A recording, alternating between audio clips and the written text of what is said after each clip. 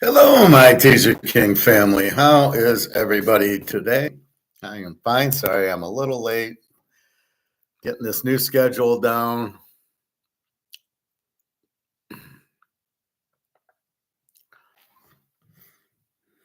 Anyway,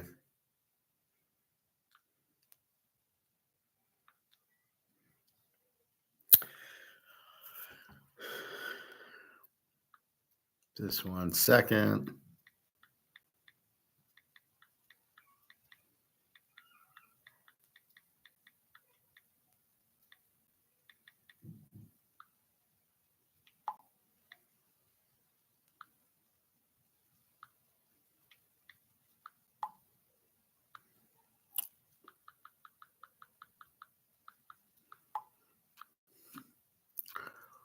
All right. So the gold price, how did it end? It's a good question.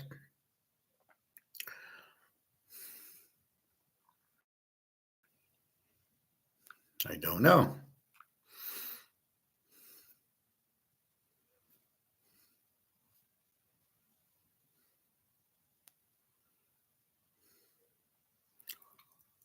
Ended at about 26.85.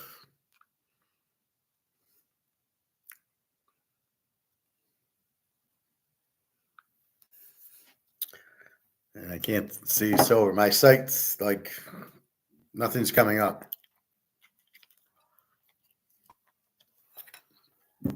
Anyway, much higher than the 26.30 it went to on the overreaction of the election. All right.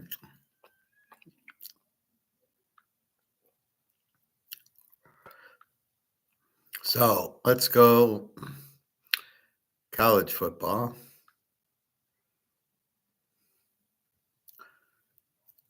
Now, I don't know what's happening in the Vanderbilt game. I gave you that as the free pick, of course. And of course, the line moves on it. The line goes from 4.5 to 6.5 now for South Carolina. So I said, well, maybe Pavia's out. He's not out. I think it's just there's 3 or 4 defensive players out for Vanderbilt. But that's a little less because the defense, you're always in and out with it. You got 20 guys on defense. So Pavia is probable. It didn't go because he's out, and the total didn't move. So I'm still leaving it as the free pick. All right, let's go. So at 8 o'clock, it's 7:30 now. We got Cal Wake Forest. Cal 7:55. Cal's a B team, very good defensive team, a 17. Wake Forest, an over team with a 31. The only problem is Cal flying to the East Coast. It's just ridiculous. But so it kind of doesn't make me get that excited about Cal. If the game was at Cal, I'd be all over Cal. Rice and Memphis 7.5, 50.5. This is down. This was 9, 7.5, and down from 52 to 50.5. Not sure what's going on there. Let's see if Memphis, this is on at 9, so we can check injuries. Rice has nobody. Memphis, nobody really. A wide receiver out and a running back out.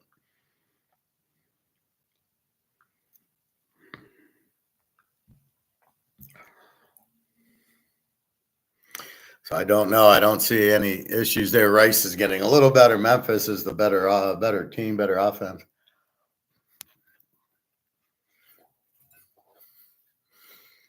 Probably be a close game. I think Memphis wins it at home.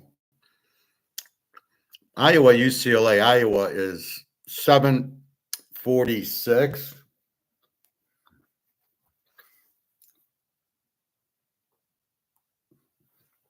This was 44.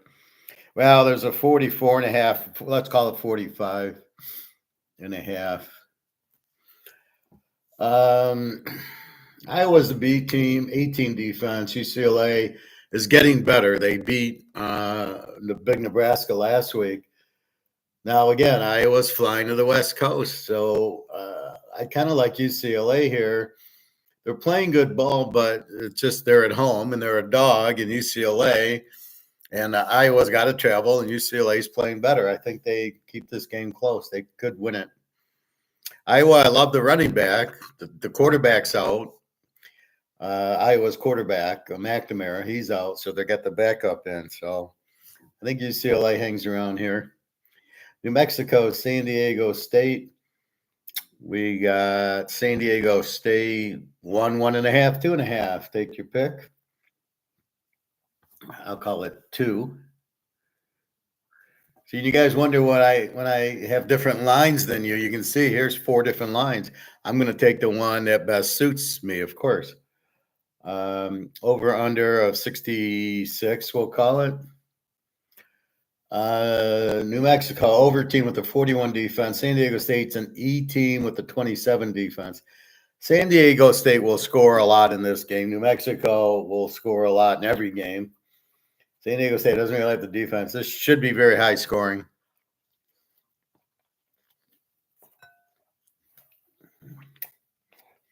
So we will see. But New Mexico, they have a tendency of scoring a lot with Dampier. Really good option quarterback, dual quarterback, but no defense. And that is tonight's game. So now we move to tomorrow. I've got 4 locks going.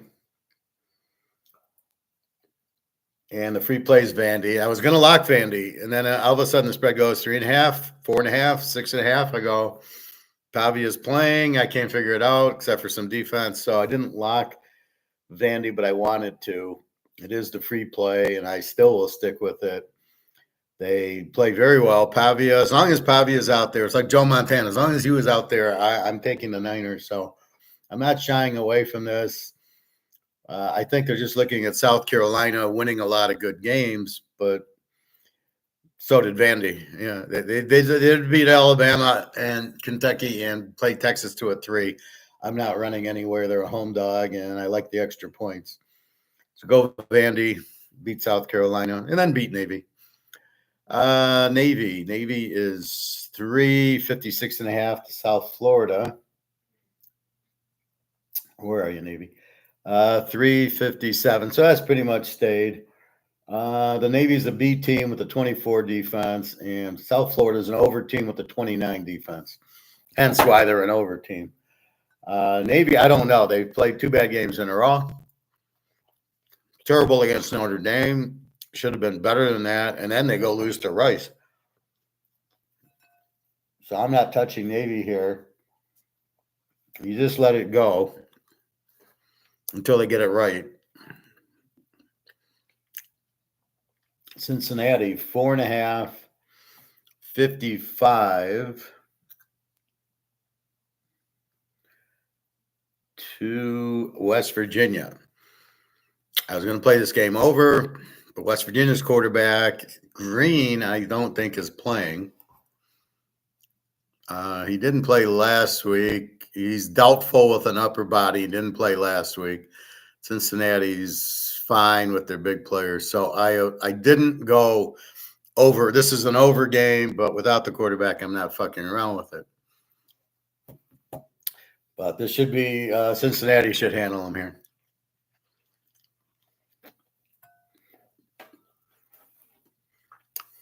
All right. Rutgers, Minnesota. Minnesota 6-46. Line hasn't moved. Since Minnesota's a B team, 16 defense, and their quarterback's getting a whole lot better. And Rutgers is an under team. They're getting a whole lot worse, 25 defense. I don't know. The quarterback was okay. They had a good running back. No, I don't know what. They keep losing.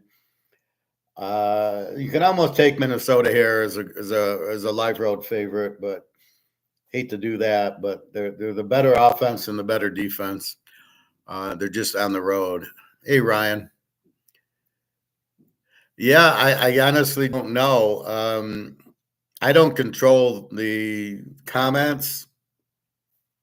If they get on, they get on. If they don't get on, I know Luke has a problem with it, our economic guy, where he'll type me stuff and he says, and I don't see it. I go, what are you talking about? So I don't know really what's going on. I don't say, hey, do this or do that. I don't like that comment. I have an option of reading the comments before posting, and I say, forget it, just whatever they post, unless you swear, then I have to approve that. But otherwise, I don't like here. Now you did it. I don't know what happened yesterday. So it might be a YouTube thing. But anyway, and we're going to talk about some of Ryan's questions that he has to me in our emails. Alabama LSU was one.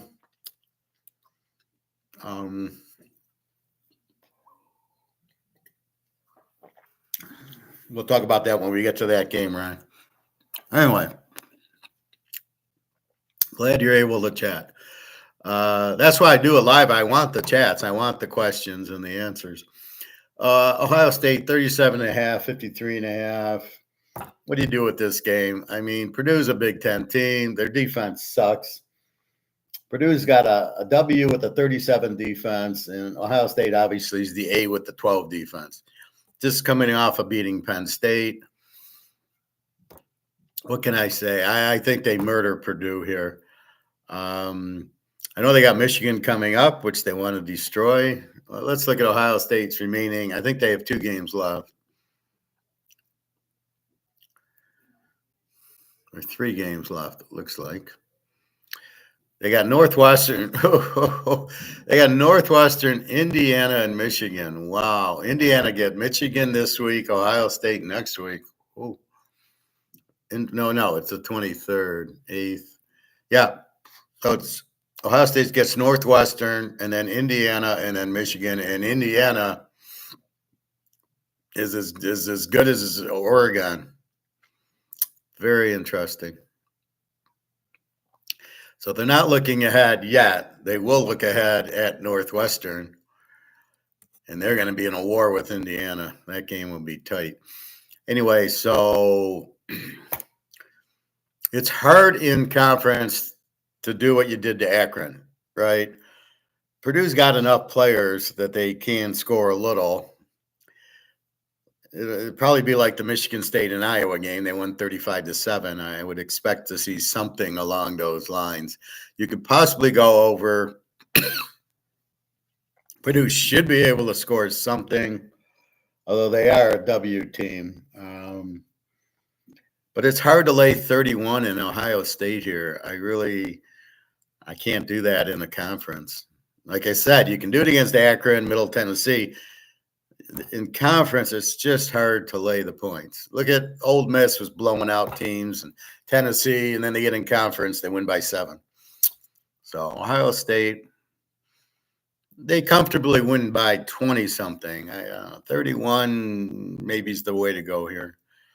Texas, Florida, Texas 21.5, 47.5. Florida's banged up. Both first 2 quarterbacks are out. Mertz is out. The other guy, Langway, got hurt last week, was holding his leg, had to get carted off. Third-string quarterback's brutal. Half their defense got hurt. I don't know if they'll play. Texas, this is just – if I had a full Florida team, I would be all over Florida here, but I don't. Georgia didn't leave too many standing, so Georgia takes care of you, and they hatchet half your team. Texas wins the game. It's a big number. I think they might blow them out because Florida just played Georgia, and it's an emotional game. They lost by 14. I can't see Texas not winning by 14 here. We need 15.5. I think Texas gets it, but it's Florida's playing a lot better than the Miami game we saw. BC 252 to Syracuse. I don't know. It's a toughie. Texas State 8.5, 50 to Lou Monroe. Texas State's been explosive. Lou Monroe, fairly good defense.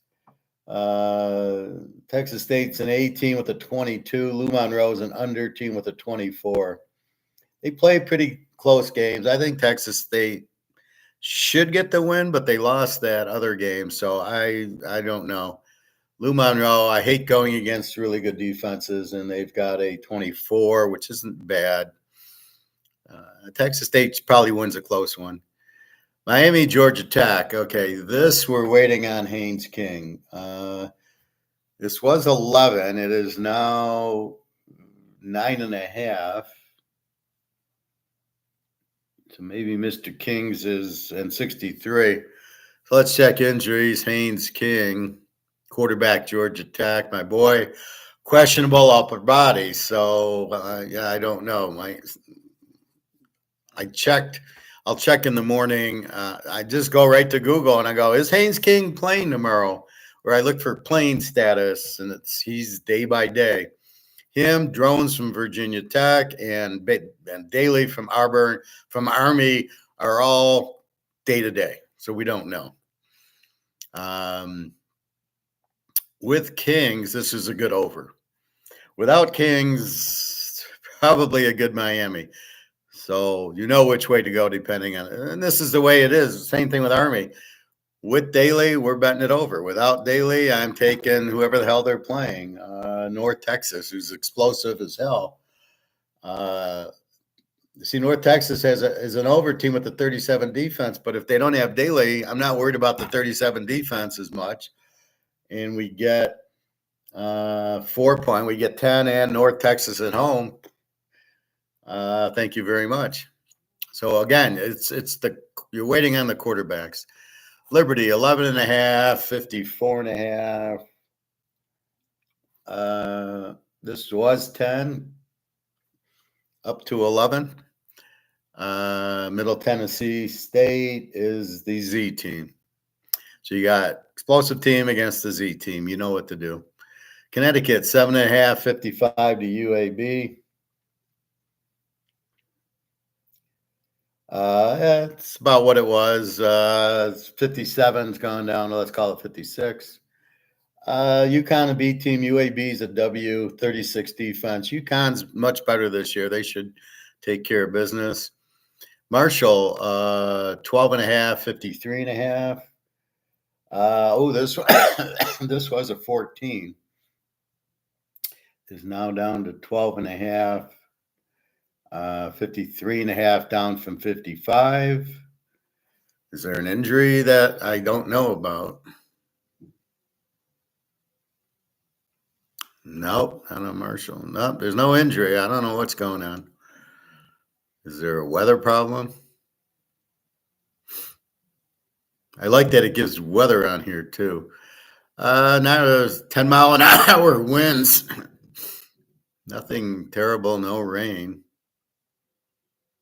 And this was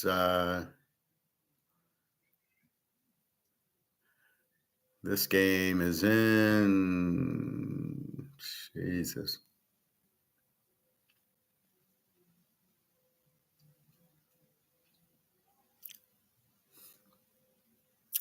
Oh my God. It goes all the way to the bottom. This game's in southern Mississippi.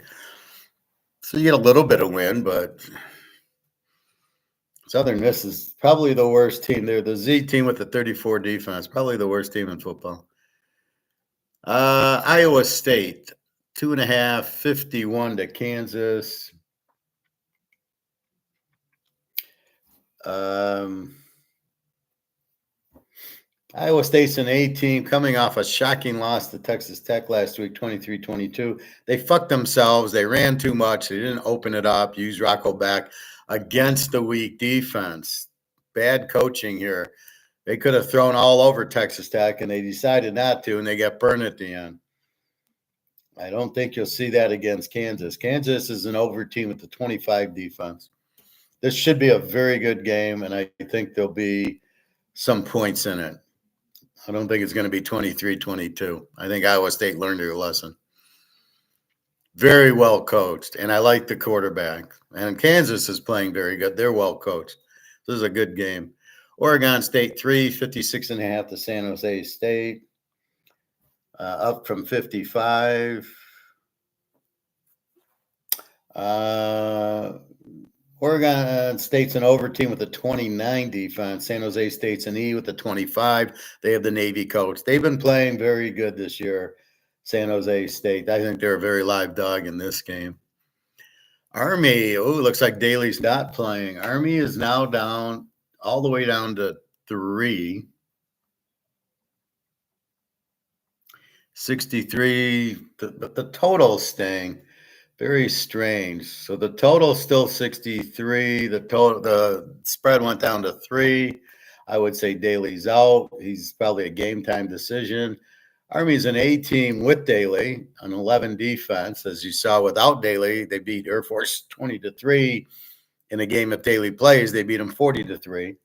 And North Texas, we know, is the king of the overs. 37 defense, 500 yards a game.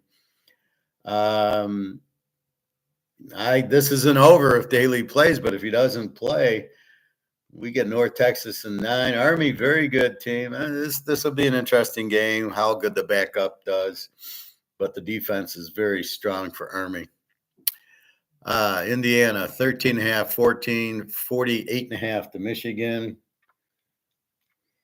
Michigan's an under team with a 23 defense, and Indiana is a playoff team, an A team with a 14 defense. To quote Herman Munster, they're going to kill him. They're going to kill him. They're going to kill him. They're going to kill him. Indiana's killing everybody. I don't see how Michigan, their starting quarterback's out. He retired. So now they got that Warren guy who sucks, or Orgy who can't throw. Take your pick. Indiana showed you last week they were down 10-0 to Michigan State. Little perspiration as I was laying nothing in the game. And then Indiana said, okay, let's go. And they won 47-10.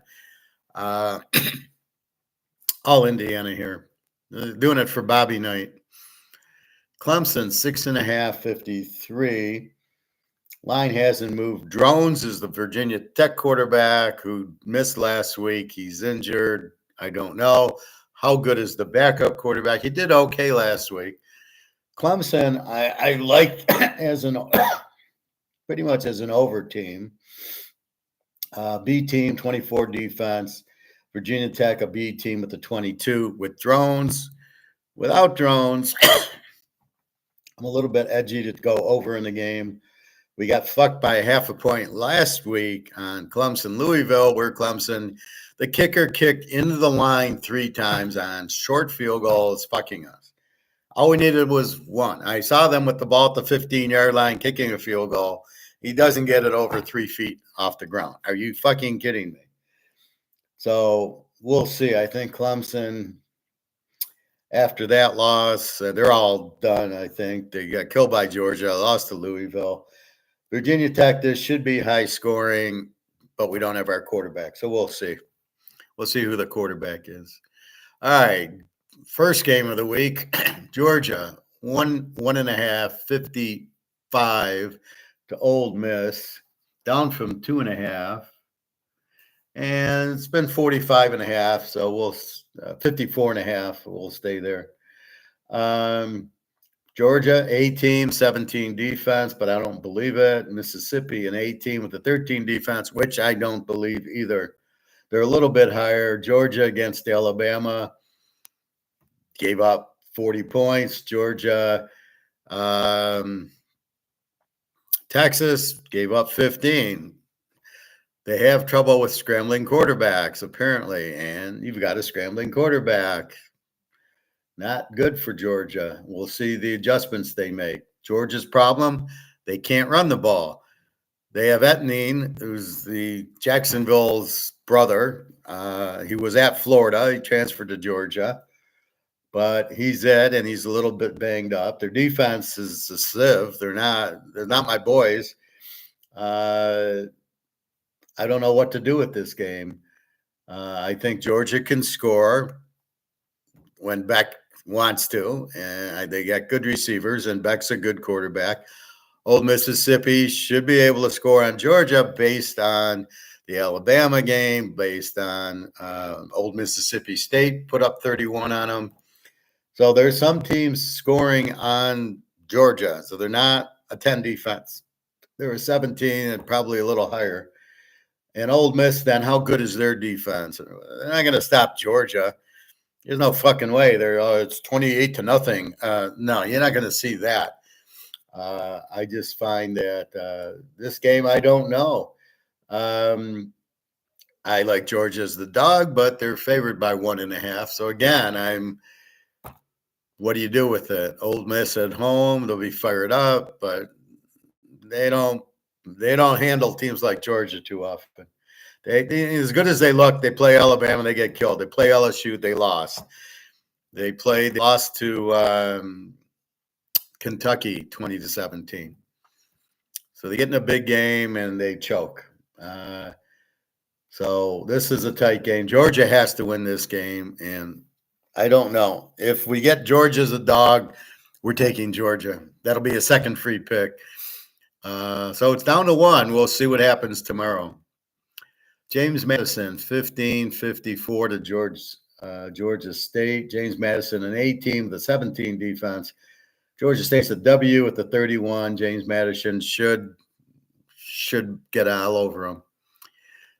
My boys Duke. NC State, 3.5, 51.5. Where are you, boys? Here you are.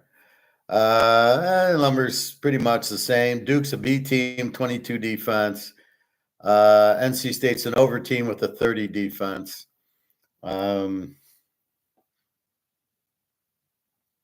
like the way Duke's been playing. Even last week, they had an 11-point lead on Miami in the third quarter. And then Miami got a little panicky and scored. But I like Duke. Good, solid defense. Malik Murphy, I don't mind. NC State, hasn't really impressed me this year. I figure it'll be a close game. UTEP and Kennesaw State. UTEP 4, 42.5. This is Z versus Z. Spy versus Spy. 30 defenses. Who the hell knows? Tulane, 27, 49.5 to Temple. Tulane, 27, 49. Oh, yeah, that's about what it's been. Tulane's an A team with the 20 defense. Temple, the Z team with the 35. It's a big number, though. It's 27. So you got late 21. That's up to you. But Tulane's gonna beat them, that's for sure. Coach Prime, 4.5, 62.5 to Texas Tech. This was 3.5, went up to 4.5. 62 is now 62.5, roughly. Yeah, it's about the same. I got some more coloring to do. Badoo, badoo, badoo, badoo, badoo.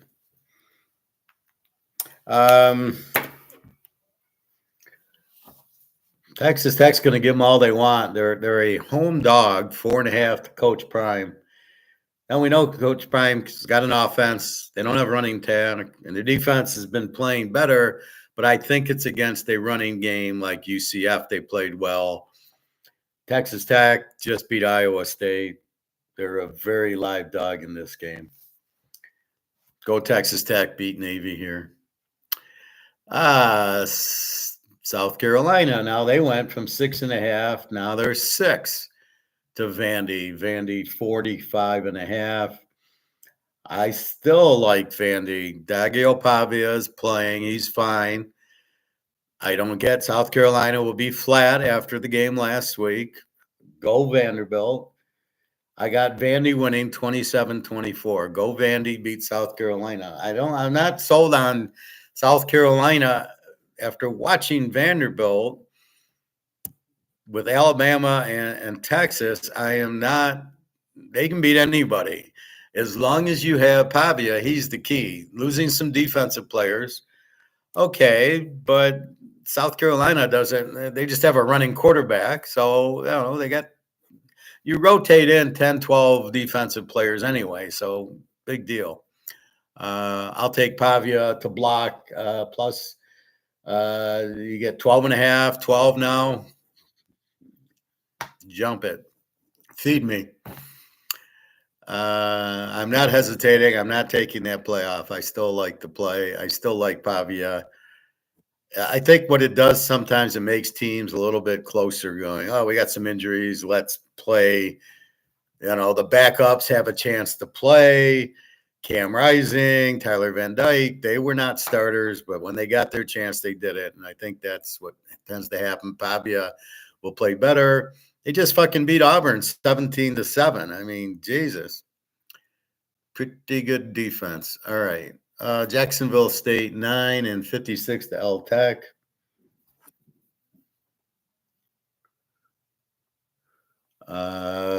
Jacksonville State's an over team. The Rich Rodriguez 28 defense. L Tech is an under team with the 20 defense. Now, just here's the difference.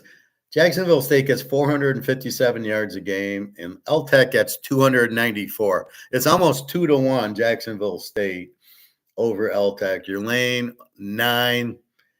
I think they can handle 3 here. Maybe close, but somewhere around there. Lou Lafayette 14.5, 60.5 to Arkansas State.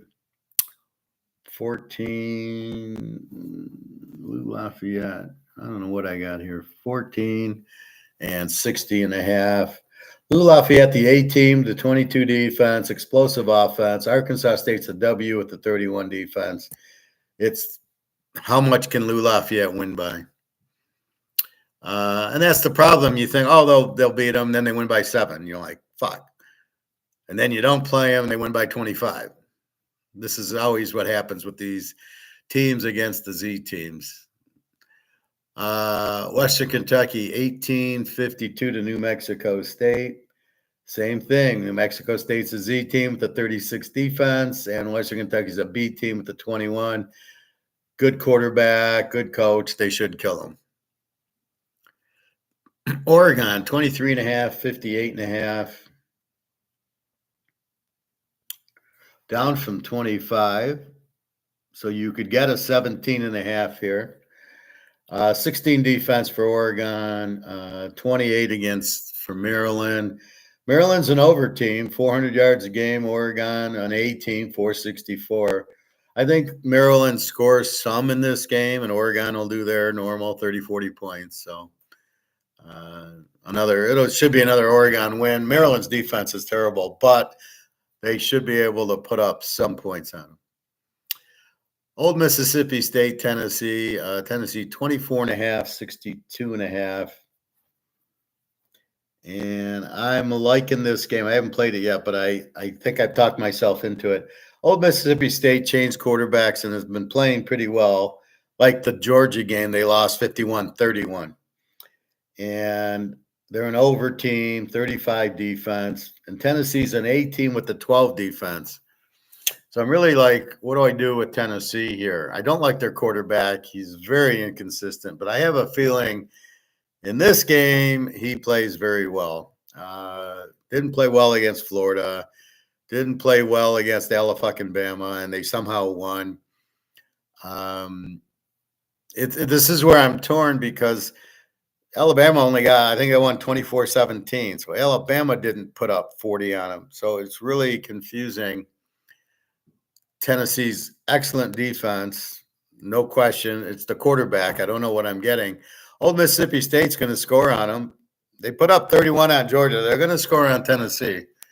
I'm hemming and hawing with the total here. I don't know what I can do with Tennessee. I don't think they can cover because even if they get up, Old Mississippi State can score. I mean, they've been scoring with the new quarterback. So I don't know. It's a total play, I think, but I don't know what to do because Tennessee's defense bothers me, and then their quarterback's so inconsistent. So it's a hard call. At 61, it's a real hard over, and it's kind of, but it could get there. So I don't know. UCF, Arizona State 2.5 and 56. If I can find them. That's about what it's been. It's 2.5, 3. UCF, the over team, 25 defense. Arizona State's an A team, 23 defense. Both pretty explosive. Arizona State, good quarterback. Scattaboo, the running back, he'll get 4 or 5 touchdowns. UCF just runs it down your throat. Should be a very good game. It's in the desert, so you're going to get good weather. Oak State, TCU 10.5 and 66.5. I see. Where are we? Both over teams. Oak State 31 defense, TCU 29 defense. Both score a ton, a lot of points. Notre Dame 25.5, 42.5 to Florida State. Notre Dame, an A team with a 12 defense. Florida State, no quarterback, a W team. They don't score with a 27 defense. So even their defense isn't good. Again, 179 yards of offense from Florida State. You got to be kidding me. Notre Dame, 387. How stupid is Florida State to go with Uglia Buglia and then not have any backups? Oh, my God. The coach has to go. I think Notre Dame shuts them out. Clear and simple. I'm calling for a shutout in the game. All right. Ryan's question. Alabama, LSU. Alabama, 2.5, 58.5. Alabama's an A team, I think, with an 18 defense. I think they gave up 34 to Georgia. Vanderbilt, they gave up 42. LSU has a quarterback, everybody. LSU's a B team with a 22 defense, 440 yards roughly for both teams. I don't buy Alabama. Alabama's probably like a 22 defense. Now, Ryan's comment was, well, I don't know. This is going to be, what kind of game it's going to be. And he's got the pick, so he knows where I'm going. And I'm thinking, don't worry about it, because Alabama, that's a Nick Saban defense. You don't have Nick Saban anymore. DeBoer did not have that great of a defense at Washington, right? Michigan lit them up. Oregon put up over 30 points in both their games. They're not this shutdown defense. And what we know with LSU, they can score, and their defense isn't so great. A&M put up 38 points. I think that this should go exactly the way I'm calling it for Ryan. I think this is a war. I mean, this is a playoff game. Neither team can lose, and LSU can light it up. I like Brian Kelly's offense, and I like Milroe's struggle against Tennessee. And then, well, let's take a look what the last few weeks here. fucking Bama. They beat Missouri 34-0. They're not going to shut out LSU. And Tennessee, who has a strong defense, 24-17. They lost. But giving up 24 to that quarterback, and then South Carolina 27-25. So they barely beat South Carolina, who has a pretty good defense. Tennessee with a very good defense, and Missouri 34, but they had a lot of injuries. So I look at the Georgia game, 41-34, Wisconsin 42-10, Vanderbilt 35-40. They lost 40-35. I don't see a 41-point game here like they did against Tennessee. Now we'll go to LSU. They lost A&M 38-20. You're giving up 38 points to A&M. You're giving up 38 points to Alabama. They beat Arkansas 34-10. Arkansas doesn't have a quarterback like Milroe's. Ole Miss 29-26. That's about close to what I see. UCLA, they beat 34-17. They beat South Carolina 36-33. So I'm looking in that ballpark. I'm looking for LSU 36, 34, 42, 29, 34, 23. Those are your last 6 games for LSU. I'm looking for them in the 30s, which means Alabama's in the 30s. And that's the bottom line. Because Stone Cold obviously said so. Yeah, I see the game getting points. You're not stopping LSU doesn't have it. The only thing that I pause is LSU's got like 4 linemen hurt. I don't know if they're starters, but 4 linemen are out, 4 offensive linemen. But I'm sure they have a lot. I'm not too worried about that. All right, Oklahoma 341.5. I hope that answered your question, Ryan. I'm pretty thorough on my picks with a lot of really strong analytical behind it. So if I'm doing it, there's a reason, how I'm doing it. So, it's like San Diego was under lock last week. That's San Diego's defense, and they killed them. So, I mean, that's the thing. So you're looking at quarterbacks, coaches, and defense, and I that's how I come up with it. Oklahoma, Missouri, Oklahoma 341.5. I don't know. I can't take Oklahoma. They don't have a quarterback. Missouri's been struggling terrible. They should be a playoff team. Brady Cook's an excellent quarterback, but they're just they need a running back. Running back's hurt. I don't know. They lost to Alabama. They didn't even score 34-0. I don't know. Nevada and Boise. Boise 24-60 to Nevada. We know Boise, they got a great runner in, what's his name, Jarrett? No, it's something else, but it's, I don't know. We all know they have a great runner. Over team with the 25 defense. Nevada is an even team with the 28 defense. Lewis, their quarterback, did play last week, and they got killed by Colorado State. Look for Boise to go up and down the field on them.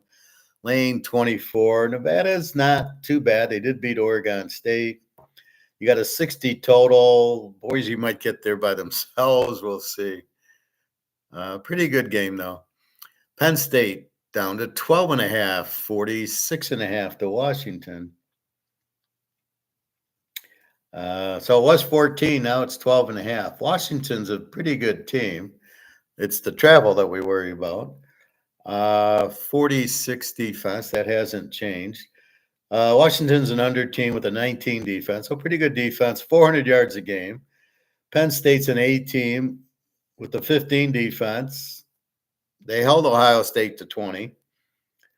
They're off of a loss at home, probably a whiteout. Penn State probably wins the game. Washington will stick around a little bit. We'll see. Pitt, 7.5, 57.5. To Virginia. Virginia, an even team with the 28 defense. Pitt's an over team with the 25 defense. Enough said. Vegas, 12.5, 51 to Hawaii. They were 14. They're only 12.5. Hawaii just beat Fresno State last week. The total is up from 49 to 50. So I got to make a mess here. So it's 12.5. Okay. You start scratching it off, you can't see what the spread is.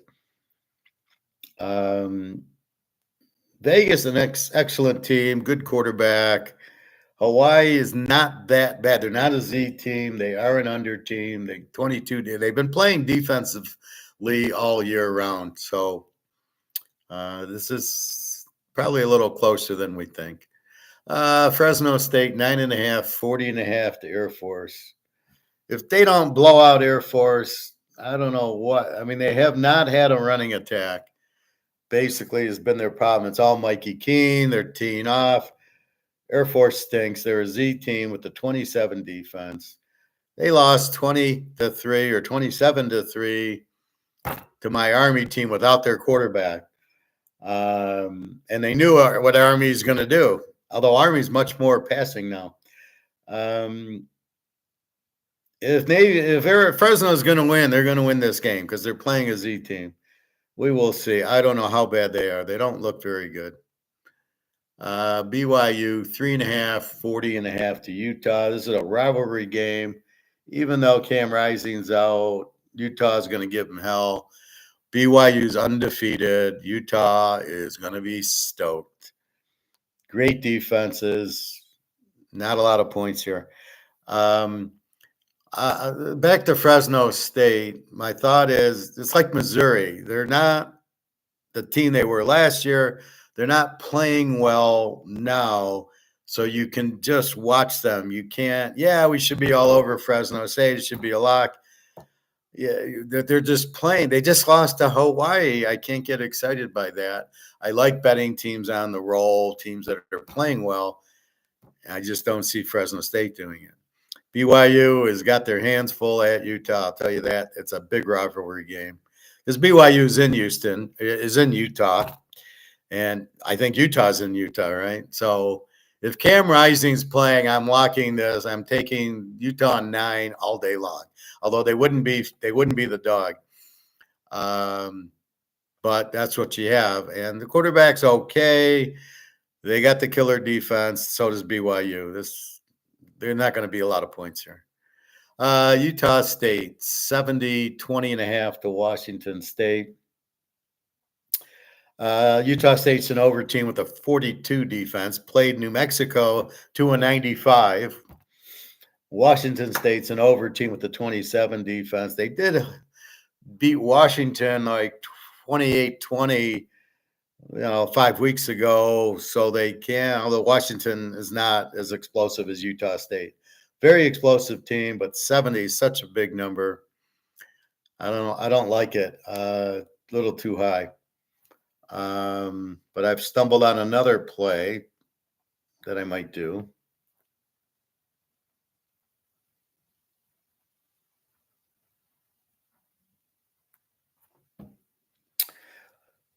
So Georgia, I'm debating on. Army, we're waiting to see if the quarterback's playing, but I don't think he is. Georgia Tech, we're waiting to see if their quarterback's playing. He's game time. West Virginia Tech, we're waiting to see on drones. He's game time. And that's it. I played 3, 6, 7, 8, 9, 10, 11, 12, 13 games I played. And Ryan can attest to that. And I've got 4 locks. I was going to lock Vandy, but with the line jumping like it is on South Carolina is scaring me off, going, what's wrong? So I'm just playing it as the free play. I'm not going to lock it. I got 4 college locks. We got 4 pro locks. Now, 1 pro lock, let's go to our pros, was played last night. Ryan can tell you all about it. I had Baltimore, Cincinnati over 46, and they scored 70. They scored 69, should have scored 73. So 35-34. Poor Joe Burrow. I mean, he's throwing for 400 yards. Chase is unbelievable. By far, him and Jefferson. No wonder LSU won every game by 60 points that year. Fire the coach. The coach costs him the game. Why are you going for 2? Take your extra point and let's go to overtime. They can't stop Joe Burrow, and you can't stop. If you think your best chance is a 10 or 15% play with Joe Burrow on a 2-point conversion, you're out of your fucking mind. You don't know anything about coaching. That has to be kick the extra point, tie the game, and then maybe you win the coin flip and Joe Burrow scores a touchdown with Chase, you win the game. The odds on you converting the 2-point conversion were 0. Now, yes, there was roughing the passer and a holding on the play, which the refs decided not to call. because they want Lamar to be the MVP, I guess. I don't know. Something like that. So with that said, I just don't quite get why you're going for two. It's not a 50-50 proposition when you need it to win. So what they got to do with the 2-point play and these stupid analytic guys is put against whom and at what point in the game. You just cost Cincinnati the game by going for two because in the whole lump of it, 51% of the time you pick up the 2-pointer. Well, that could be first quarter, second quarter. Is it against Carolina? Is it against, Cincinnati? Is it against Baltimore? You're not going to get it against Baltimore. And if you are, you should be handing the ball off to Chase because nobody can stop him. Cincinnati does not have a running attack. The second thing the coach did wrong, besides going for the two and the win, he should have got the tie and gone to overtime. You have a better chance on the coin flip 50-50 getting it than you do on the 2-point play, first of all, especially when you don't have a running attack. The second thing he did is Cincinnati's up 21-7, and he's running the ball with Joe Burrow. He's third quarter. The guy gets the ball ripped away from him because he's not a good running back. It was a stupid play call. Joe Burrow's hot. Just let Joe Burrow win the game for you. You take the ball out of Joe Burrow's hand, and what happens? The guy fumbles. Next thing you know, Baltimore, and now it's 21-14. You lost the game because you ran the ball instead of letting Joe Burrow keep scoring, which he did anyway. You fucked up the coach. The offensive coordinator should be fired. Just let Joe Burrow alone. Stop calling these stupid running plays when you don't have running backs. Go get a running back. Why didn't you get Derrick Henry or Barry Sanders or somebody? I mean, this is retarded football. You have no defense, and you're trying to run the ball, and they take it from you. You don't have a good running back. Why are you giving the ball to running back? Let Joe Burrow win the game. Say it's the art of war. Your strength against their weakness. They couldn't stop Chase. Why would you run the ball? Just keep throwing the ball to Chase. Throw the ball to Gesicki. Just anything but running the ball with your subpar running backs. What are you a fucking idiot? Your art of war says your strength against their weakness, not your weakness against their strength. So you chose to do your weakness, and you paid for it, and it cost you the game. Offensive coordinator gone, head coach gone. Cincinnati needs a real coach. They need running backs. Maybe draft Gentry from Boise State. It's funny, when I'm thinking about Boise State, I can't pick his name, but when out of the blue, I can pick it. Go draft Gentry with the first round pick, and then take some other receiver. Get rid of T. Higgins. He's always injured. Get another. You don't even need you got Chase. You really don't need Higgins. Get rid of him. Bring in a running back like Gentry. And by the way, why don't you go get some defense? There's the Tennessee guy. You can always don't get Georgia, Alabama this year. LSU, A&M seems to have guys. Maybe somebody from Kentucky, South Carolina who has good defenses. Oregon, they always have a good defense. Ohio State, maybe. Even Michigan has some good defensive players. Just to point out, 10 or 15 of them. You got Joe Burrow and you're wasting him. You have no defense. This is why we locked the game over. Baltimore has no defense either. Their defense is gone. Chase, 70-yard touchdown, 69-yard, 11 catches. One of the plays, he was so wide open. The defensive guys are looking at each other going, well, you have him, I have him. So that was lock number one. It's a W, 35-34 Baltimore. The over 52. We're over 46. We were there in the middle of the third quarter, as I thought it would. If this game was going to be like the Minnesota game, 20-13, I don't know what I would have done. But this is what you expect in a lock with these two teams, and we got what we expected. We expected it with Detroit, Green Bay. Green Bay dropped 13 passes, and the receiver's so stupid he doesn't know to slow down on the pattern. Did you see Chase not slow down? Did you see Chase go after the ball every fucking time? That's why he's all pro and the Green Bay guys suck. All right, let's go. The Giants, 6.5, 40.5. Jones against Young. Oh my God, in Germany. This could cause World War III. The Germans getting mad at the NFL for this game. Denver, KC. This game keeps coming down. KC was like 9, and now it's 7.5, 41.5. I think I know which way I'm playing this one. I haven't played it yet. I don't believe.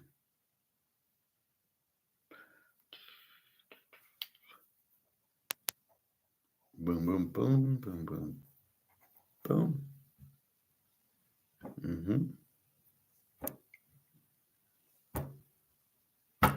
Okay, we got 4 locks in the pros. We were going to have 5.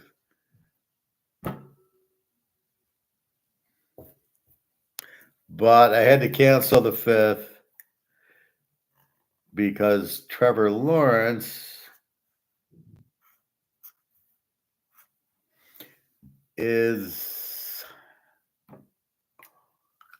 out.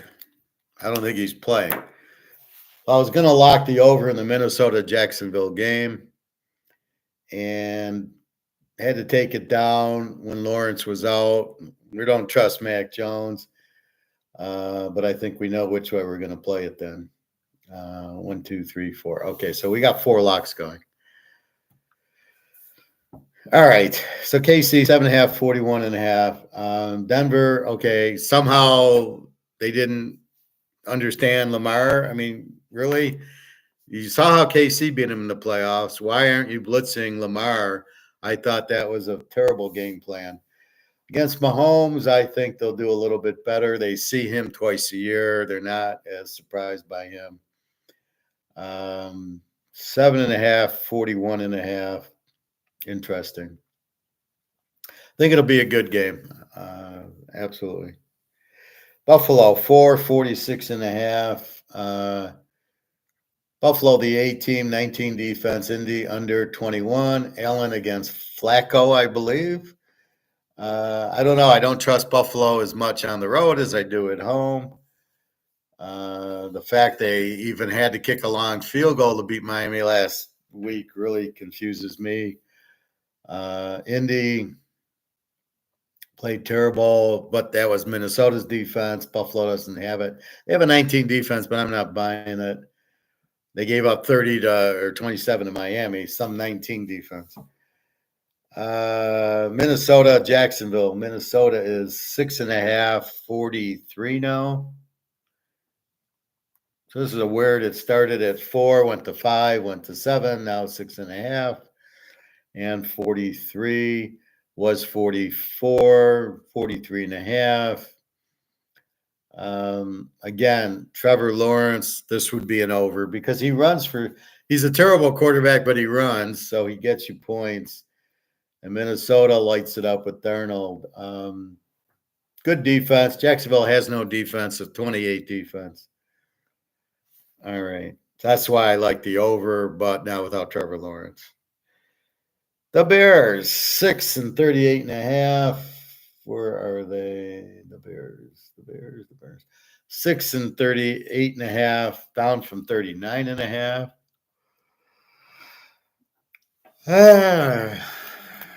How much more can I pile in my day? Work all day, go swim, have dinner, and teach class. All right, the Bears, 638.5. Caleb is okay. He's not on the injury list. Drake May, I don't know what you're expecting out of him. I think the Bears' strong defense shuts them down. They got a 19 defense. New England with the 24. May's going to run around, and then when he gets into the red zone, they'll kick field goals. The Bears, Caleb's going to run around, and between the two of them, neither of them are going to score a lot with these incredibly bad quarterbacks. The Niners, 6.5, 50.5. We got McCafferty back. How about that? Purdy against Baker. Apparently, it doesn't matter if they have the receivers or not. They were fine. They threw a lot of screen passes last week. I think the Niners will be more onto that.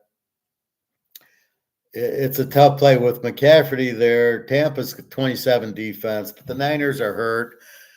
23 defense. Ayuk's out. Samuel's injured, but he's probably playing. McCafferty's back. Kittle is always injured. Purdy, the defense, they're still missing Greenlaw, who's all American, and he's been hurt the whole year.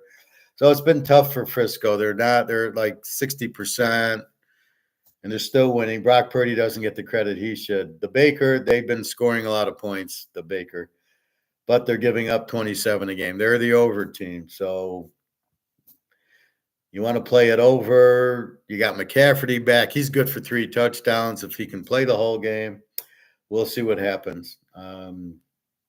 Should be a good game. Well, the Niners might kill them too.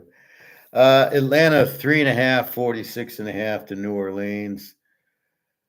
Atlanta an over team, 24 defense. Kirk Cousins, who sucks.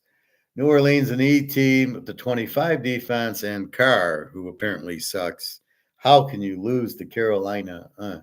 Now, without getting emotional, because we had them against Carolina, New Orleans is a home dog. Carr, he's okay. Cousins, we know he chokes.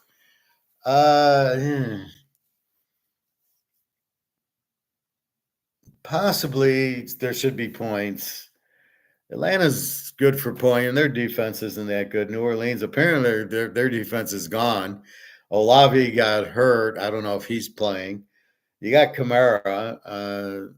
Shakir has been hurt. Tyson Hill, I think, is playing. So I don't know. New Orleans is, what can you say? You lose to Carolina. I think they'll be pretty upset this week. Oh, they fired their coach, so they're in big trouble. You wonder why they hire these idiots. And then are you surprised that I'm surprised they hired Dennis Allen. Are you surprised that they fired him? The question is, why did it take so long? Just like the Carolina coach, how can he still be there? Oh, he's a good quarterback guru for Steve Young. Yeah, how's that working out? How did they win last week? So you're like, Andy Dalton. So without Young, Andy Dalton beats Oakland, and then they get a miracle beating New Orleans last week. What is their coach doing there? At what point do you have to see that the coach sucks? How do you not see it? Or do you not want to admit that you fucked up? I don't know. Half these coaches, I have no idea what they're hired for. And then I'm never surprised when they fire them. It's just, why does it take so long? Good game. Game of the day. Washington 3-45 to Pitt. Both A teams. Pitt, that great defense, 15 defense. Russell Wilson. Washington 21 defense, and Daniels. Excellent game. An A game. But with Russell Wilson, it's not Fields. So with Fields, we probably go under. With Russell Wilson, we probably tease the dog in an A game. That's my feeling. So this should be just down to the end. San Diego 7.5 and 39 to Tennessee. I guess Kyle Rudolph against Herbert. I don't know if Will Levis, he sucks anyway. San Diego just going to put him to sleep here. The under team with the 13 defense. Tennessee's a Z team with the 27 defense. I don't care who the quarterback is. You got a 27 defense.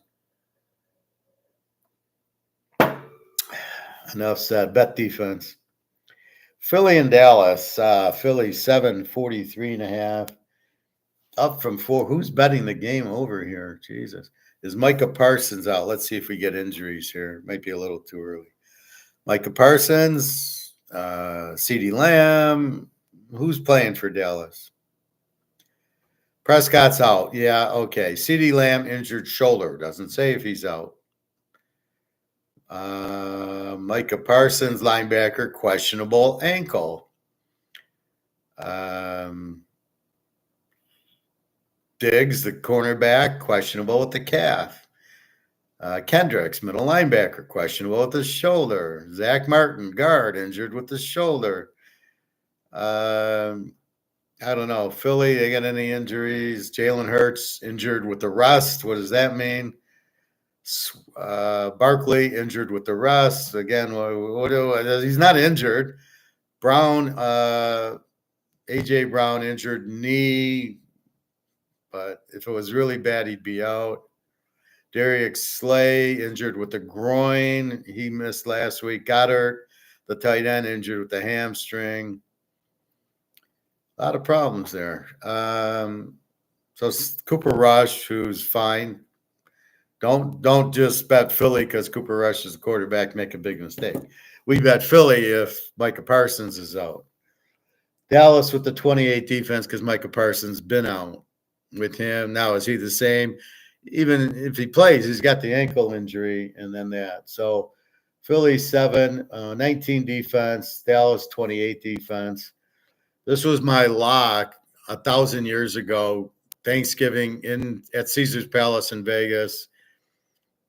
I was on that 35-5 lock run, and here comes Philly. And no, this was Donovan McNabb. This is in the 80s. And the trend was take Philadelphia in Dallas, Dallas and Philly. Game was in Dallas, Thanksgiving. Philly killed them. And it cleaned up my whole week. It was like it was a huge week I had there. So that's when you could look at trends of the teams. Now I don't know. It's too much changing. So Philly, it's all Dallas. Okay. It's Micah Parsons, CeeDee Lamb. Are they playing or they're not? They don't play. We take Philly. They do play. We probably take Philly. The JETSs, 1.5, 46.5 to Arizona. Rodgers against Murray. Jets are an under team with a 20 defense. Arizona, E team with the 24 defense.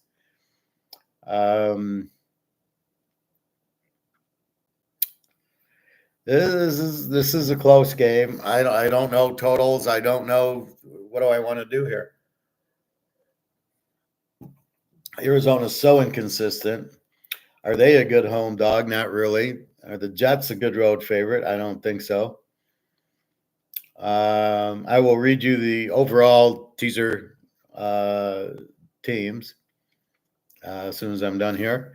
Detroit, 3.5 and 48.5 to Houston. I'm perplexed by this line. Detroit should be at least a 7-point favorite. CJ Stroud is not very good. I don't think he can handle this Detroit team. I think Detroit, is just much better than Houston here. Not even close. And we got the Rams, 1.5, 50 to Miami. You can get a 49.5. Miami, a W team with a 23 defense, but with tag, they're probably more of an E team. They're probably going to score in the 20s. The Rams are an E team with the 24 defense. Stafford. Let's see, is our boy Pukanuka playing? He finally gets healthy, and then he gets hurt again. Can't Pukanuka stay healthy? Pukanuka. He is healthy. Pukanuka. He's not on the injured list. Good boy, Pukanuka. Miami, Tyreek Hill injured with the wrist. He'll play.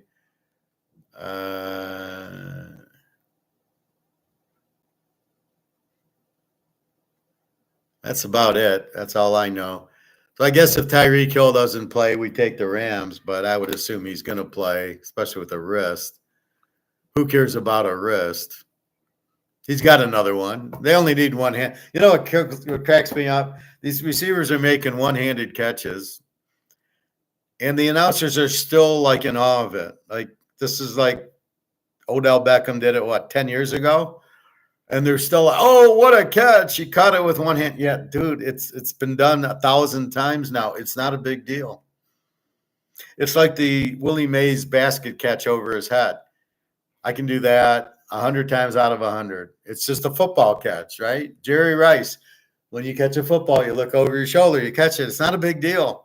Oh my God, what a great catch over your shoulder. Dude, it's easy. It's a football catch. Get over it.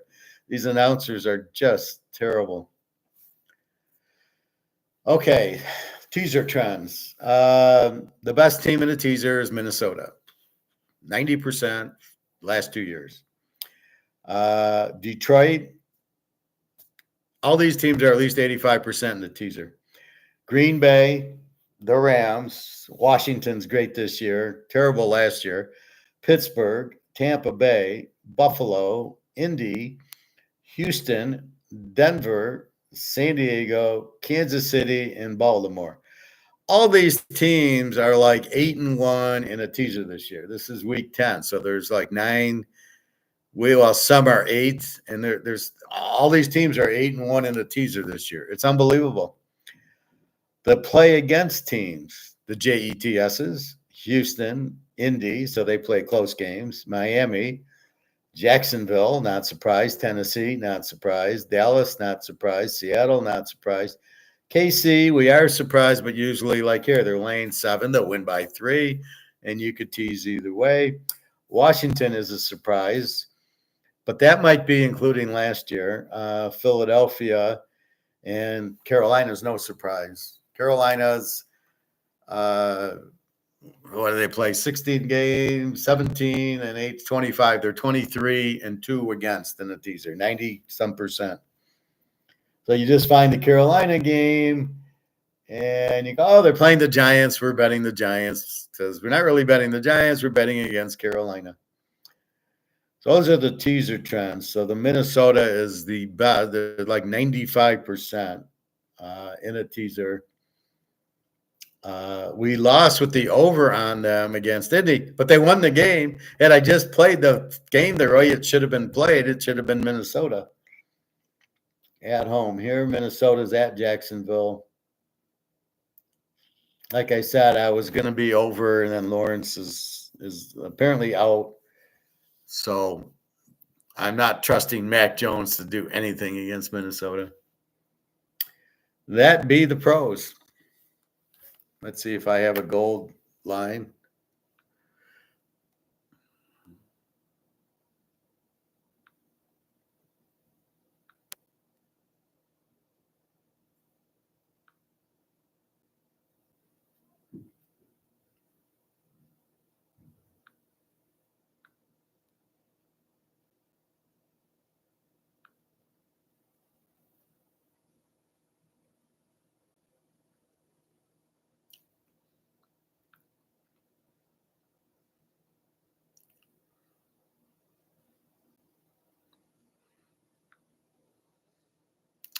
So gold finished at 26.84. It really did nothing.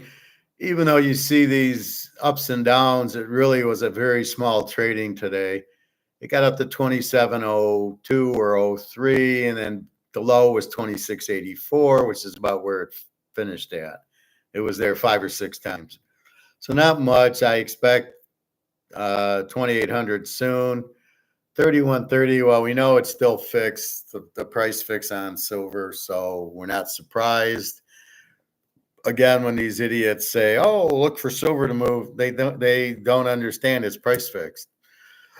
This is what you must understand: it's price fixed. Now, all right, I have to make a comment about Bitcoin. It's 76,000. These people are about to lose a lot of money, especially the ones that got in. Now, don't tell me nobody gets in at 66,000, at 60,000, because it went from 60 to 75. That means there's a whole lot of buying being done at $65,000 and $70,000 for a Bitcoin. It's not an ounce. I don't know what it is. It's nothing. These people are about to lose their ass. It's a Ponzi scheme. It's a Madoff. There is no value in a Bitcoin. There's nothing there. There's no coin to hold. You don't know that there's 21 million or there's 21 billion. You have no idea, and don't tell me you do. And then what are you going to do with it?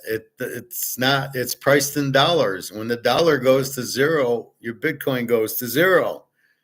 It can't be priced in gold. It is not digital gold. Why do they call it digital gold?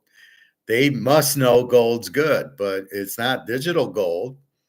Digital gold is gold that you put in your hand because you can't print it, you can't inflate it. That's what gold is. You can't destroy it. Can you destroy Bitcoin? What is it? It isn't anything. Hey, G, what's going on? 8 locks for you this week, G. Did you buy? Let me check my email. You missed the lock yesterday, G. I had Cincinnati, Baltimore over. I tried to warn you. I had a Thursday.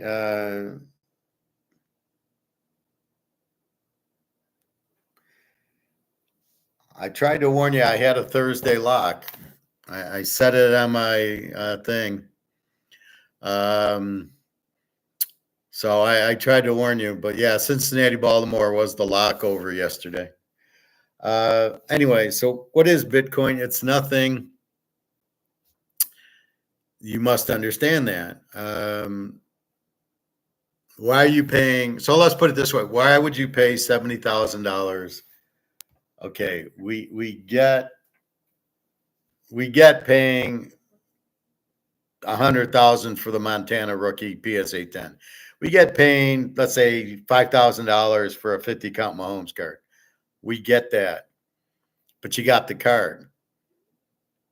Digitally, I wouldn't pay 5 cents for this card because that means I don't own it. I only have it digitally. Anything digitally is a Ponzi scheme because you don't own it. You don't have it. You can't put it in the safety deposit box. You can't frame it and put it on your wall. You don't own it. You do not own your Bitcoin. It is a digital bullshit Ponzi scheme. That is it. If you think it's real, you're out of your mind, and people are going to lose their ass because they're putting their money into a $75,000 computer animated thing. I wouldn't buy it for 5 cents because it's not anything. Why do I sit there and say this is worthless? This is worthless because it's not backed by anything. This is, at least I can hold this, right? So do you think $100 bill is worth $1? That's all it can buy, is what it used to buy for $1. So if you think that this has a value, you're crazy, but at least you're holding this. Do you think this has a value? This is worth 5 cents. This isn't worth anything. It says 5 on it, but I can at least hold it. I can pull it out of my wallet and I can buy something with it. Bitcoin, A, it's not gold. B, it's not money because people don't accept it. At best case, it's a baseball card, but you don't even have the card. Right? This is the card. Oh, wait. Trump said they're going to, like Trump knows Bitcoin. Trump doesn't know anything about Bitcoin. The only thing with value in money is gold and silver. That's it. That's it. The whole world's about to collapse because the money's worthless. I was talking to a guy at the club today about, I go, how are we surviving? None of the money's worth anything. And he says, well, it's on faith. And I'm like, faith? The whole world's buying gold and getting out of the dollar. There's no faith. What are you talking about? So please don't be kind of Madoff into Bitcoin. These are the same people that invested in Madoff and would say, well, how are you making money? He'd say, well, if you got to ask me, then don't invest. And they say, oh, no, we like the 15% return. Okay, this is what Bitcoin is. It's Madoff. It's the biggest Ponzi scheme since this. It's right up there with this. This is a Ponzi scheme. This is worthless. You've accepted this as value. You might have 1 million of these. They're worthless. And it's the same thing with Bitcoin. It's worthless. And if you're stupid enough to pay $75,000 for Bitcoin, and when it goes to zero, and you're going to start crying, oh, my life savings, and we saved so hard, and I did my I love when I did my evaluation on Madoff, and I did my due diligence. Are you doing your due diligence on Bitcoin? And what are you finding? What due diligence can you find on Bitcoin? It's a Ponzi scheme. Enjoy it. So it's just, I think what's happening is people know the dollar is inflated and know the $36 trillion debt, you're screwed. You can't get out of it, right? It's 36 trillion. We're fucked. The only out is gold, okay? And I think what people are doing, going, well, Trump will come in and he knows the dollar's worthless because all the central banks are buying gold and dumping the dollar, and there's no more petrodollar. So he knows the dollar's gone. So he's going to go to a digital dollar, and therefore it'll be worth more. So I think they think Trump will go to Bitcoin, and that's going to save us. No, sorry. Hate to break it to you. Bitcoin is not the answer. It's not going to save us. It is nothing. As this is not backed by anything, Bitcoin's even worse, because here at least you get a piece of paper. At least I get a bill to put in my wallet, right? What do you get with Bitcoin? Nothing. It's not accepted. I can't go to Italy on Bitcoin, get a hotel or a plane or eat there. It's a Ponzi scheme. It's not worth anything. The only thing with value is a Rolex, a mantle card, and gold and silver. But people keep getting duped they just don't know. They're not educated. I try to explain to people why I do this. It's because people don't know. They're not educated because they don't teach it. That's why I teach Austrian economics. And in Austrian economics, the only thing with value is something backed by gold or silver. It has to be backed. That's where the value comes from. The dollar is worthless. It's only accepted because the government forces Kroger's to take it. So that's the whole point of it. So how is Bitcoin anything? What about Bitcoin? It's digital. What about Bitcoin? Are you're listening to these guys? Oh, it's going to $1 million. Well, the dollar is going to zero. So 1,000,000 zeros are zero. Bitcoin, what's the value of Bitcoin going to be when the dollar goes to zero? Zero. Bitcoin is not a value of its own. Otherwise, it wouldn't be priced in dollars. It would be priced in Bitcoin. It isn't going to be priced in gold, because I would not give out 1/4 ounce of gold for a Bitcoin, because I'm giving value for nothing. If it's so good, why aren't the central banks buying Bitcoin? No, they're buying gold. Why does Saudi Arabia want gold for their oil and not Bitcoin? Because it's not real. It's a way to launder the money for the Russian oligarchs and the mafia. That's what Bitcoin is. It's a keep it hidden.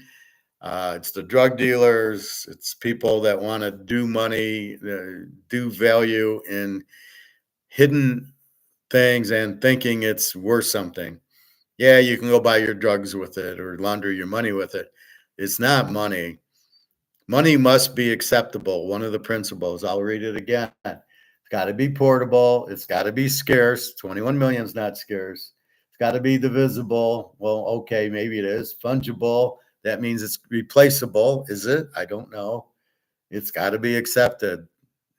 They always forget to mention that when they're listing Bitcoin properties, how it's money. They always forget this one. Well, it's going to be accepted. How long has it been out there? 10 years? It's still not accepted. You can't, oh, wait, one pizza shop will buy it. Tesla was gonna use it to pay for cars, and then they said no, we don't want to do it. And the last thing is it's got to be durable. Is Bitcoin durable? What if the internet goes out? What if the Russians pull the internet plug? You gonna get your Bitcoin? Probably not. The gold in my safe, yeah, that's still there. Nobody can say it's worthless. Nobody can say it's not. You know, sorry, your real estate trust, attack on Wall Street guy that you had is now worthless. Nobody's going to say that about my gold and silver. I guarantee you, because there's demand for gold and silver. So the premise is people I think are going into Bitcoin because they realize the dollar's in trouble, thinking Trump's going to go to Bitcoin as the savior of Rome, like that's going to help the inflation, and it won't because it's not money. That's like going to okay, we're in big trouble now. The Mahomes card's going to be money. The baseball cards are going to be money. No, they're not. They're a collectible. They're an asset. I'll give you Bitcoin as an asset, like stock's an asset.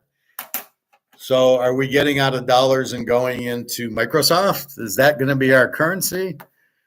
How about Amazon? Is that our currency? That's what Bitcoin is. Bitcoin is a stock. Gold is not. Gold's an asset. I was talking to my new roomie at work. We sit next to each other. And again, I say gold's cheap and you think gold's expensive. Why? You don't understand it's price fixed. And so he kind of made a comment, not knowing that it's derivatives. It's not, because I say every time I go in, and I'm going to go in tomorrow and buy an ounce or so now that I'm back to work, and it's going to be, I always say thank you for selling me the ounce of physical gold at paper gold prices because they're not close to reality. See, that's the ace in the hole. We know the gold and silver prices, even what they're at now, are nowhere near the reality of what they're really worth. They're worth 10, 20 times more than gold's worth 10 times more. Silver has got to be worth maybe 100 times more, $2,000 or so.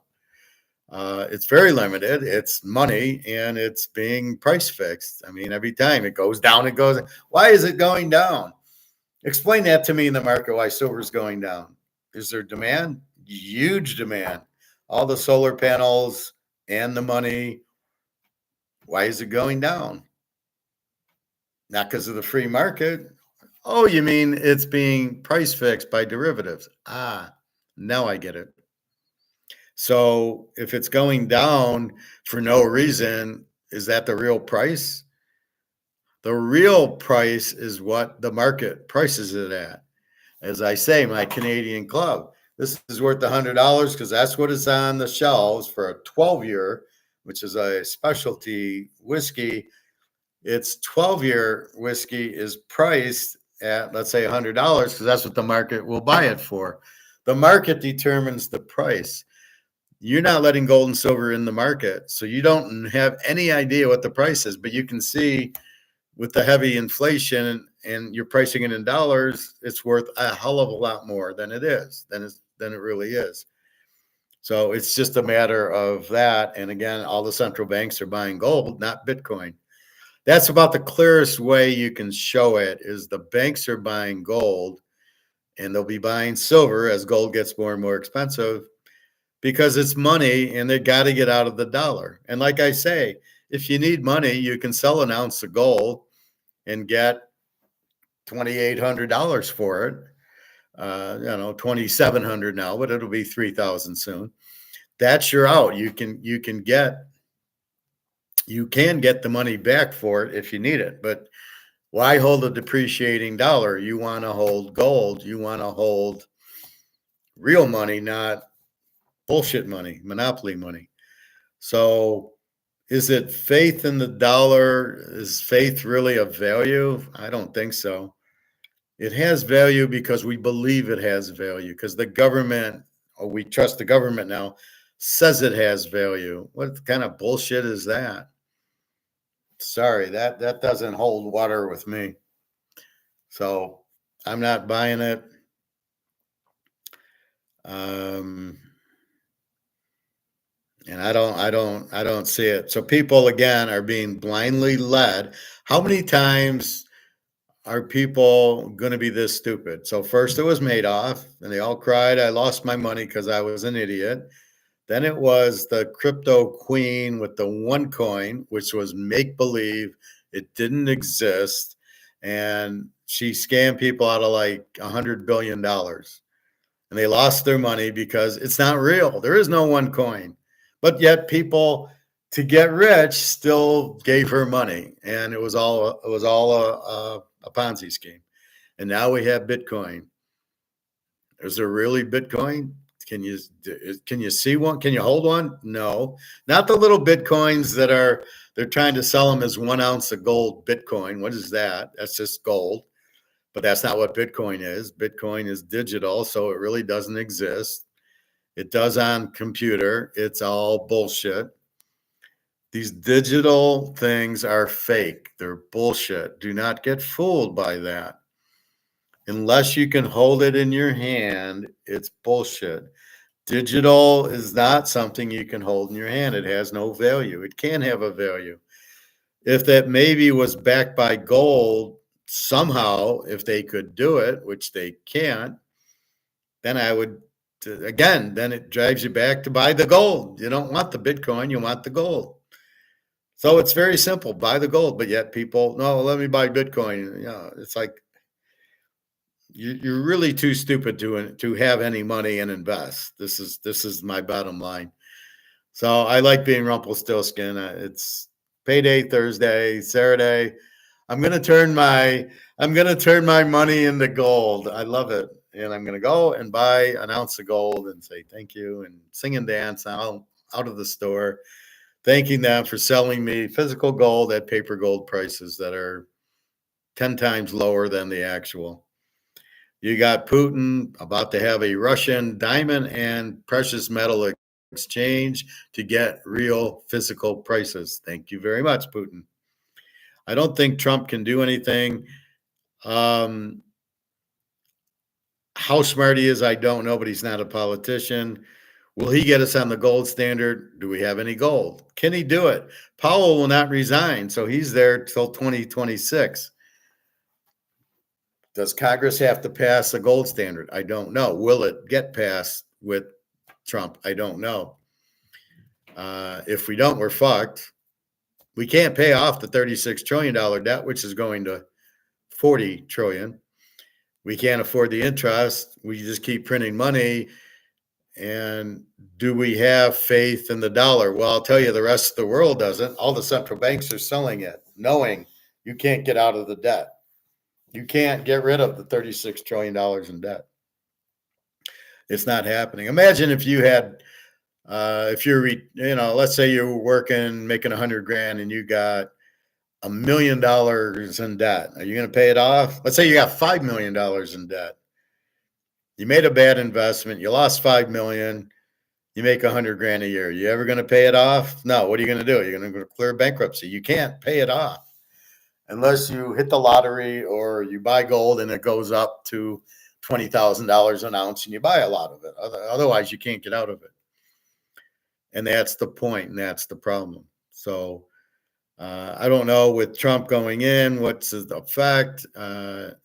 It did drop to 2630, back to 2700, and we're back to where we started. I think once we go to 28, I think once people realize there's nothing he can do with the debt, 36 trillion is 36 trillion. Can he get us out of the war in the Ukraine? Well, he said he would. I don't know if it's that easy. I don't know how much of a role Congress plays in getting us out of it, but apparently Congress had no role in getting us in the war, and the defense contractors making all kinds of money. So what is Trump going to do? How quickly, if he can, end the war? Me and Daria are hoping he ends the war soon, but She was real happy he won. Good, the fucking war will be over. They don't like the war in Russia. They don't want there to be a war. They're against it. They don't like war. They're pretty peaceful people, except for the Putin and the government. But I think all governments like to show off their militaries. So again, ask yourself the logical question. If Bitcoin was money, why are the central banks in the whole world buying gold, getting rid of the dollar for gold instead of Bitcoin? Well, why would they do that? These are bankers. Why is China and Russia and India buying 10, 20,000 tons of gold? Why does China have 60,000 tons of gold but no Bitcoin? Why does Russia have 20,000 tons of gold? Why don't they have just Bitcoin? Why do they have gold? So just you can answer your own questions like that. I mean, that's the point. I know, I'm telling you why. Because Bitcoin isn't real. It's a Ponzi scheme. Anything digital could be played with, and is 21 million. You believe that, just like you believe Madoff was actually investing the money, and he wasn't. You believe 21 million. Oh, I've heard guys, yeah, I'm sure of it. Yeah, really? It's digital. Duh. I got some oceanfront property here in Detroit. If you believe there's 21 million Bitcoins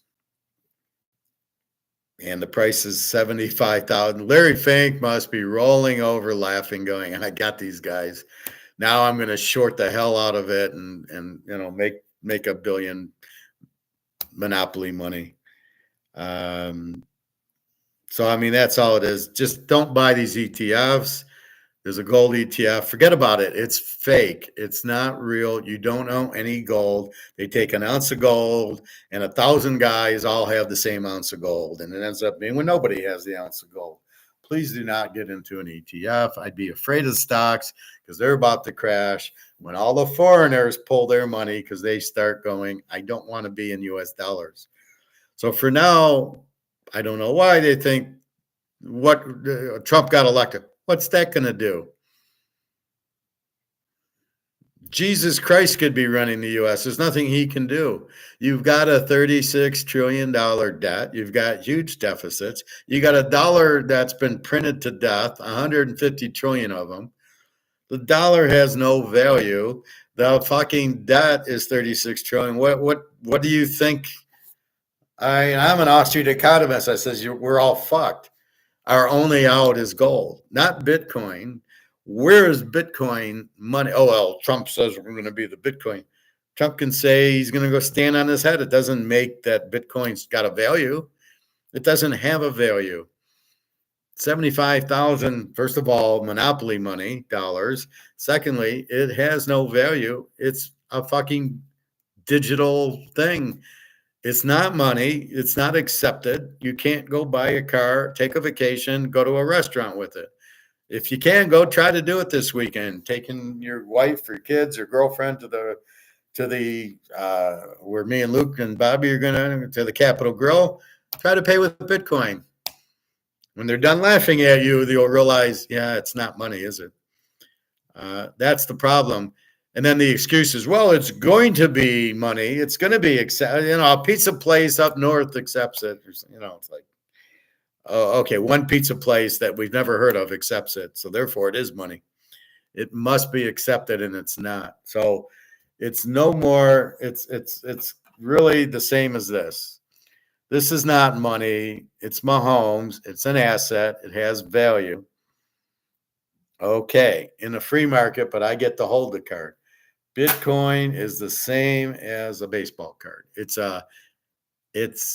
call it an asset that nobody can touch, that isn't real, but it says in your thing you have a Bitcoin, and for somehow it's worth 76,000 in the biggest Ponzi scheme since Madoff. So please be aware you're being Ponzi'd if this is what you're doing. Okay, it made money. If you think the dollar's going out and we're going to Bitcoin, what's the value of the Bitcoin? Nothing. So if the dollar's going out and Bitcoin's valued in dollars and the dollar goes to zero, Bitcoin's zero. Bitcoin does not have a value on its own because it's digital. Just like these CBDCs, if they ever come out with them, which they won't, there's no value to them. The gold is the value of a gold backed dollar or a silver backed dollar. It's the silver. That's the value of it. So if my dollars are backed by Mahomes cards, it's because the Mahomes card has a value that gives the money the value. This is not backed by anything. It's worthless. The whole world's about to wake up because the whole world's money is worthless. And it's about when BRICS announces go back currency. That's why 159 countries want to join BRICS because they want the gold back currency. Because if some of these countries want to come out with a gold back currency, the U.S. will nuke them, like they did Gaddafi and Saddam Hussein. So that's why they don't want to fight the U.S. because we're a bunch of babies. So Russia and China, we're already fighting Russia and they're beating our ass. So we're not going to fight China. So then it becomes, well, we'll go with them because they're able to have a gold back currency and the U.S. can't do anything because they're a nuclear power.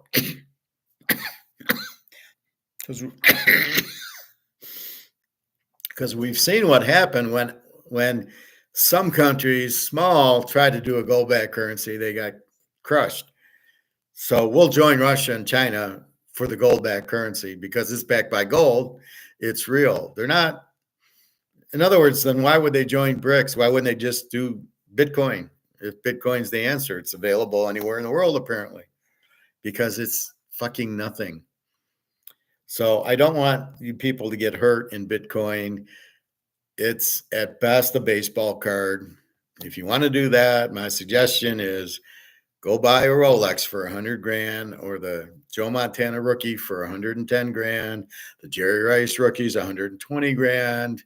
Go buy those if you're interested in buying an asset, but at least have a real one. Have a card that, I can hold it in my hand. It's mine. I got it. It's my precious. I can't hold a digital Bitcoin in my hand. It's not worth anything. What the fuck am I doing with it? So that's really the point of it. Please be careful. If you don't fully understand it, it's not backed by anything. It's not even real. It's not backed by gold. It's not worth 76. How can it be worth $76,000? For what? I mean, okay, let's say it's 76,000, but what's 76,000?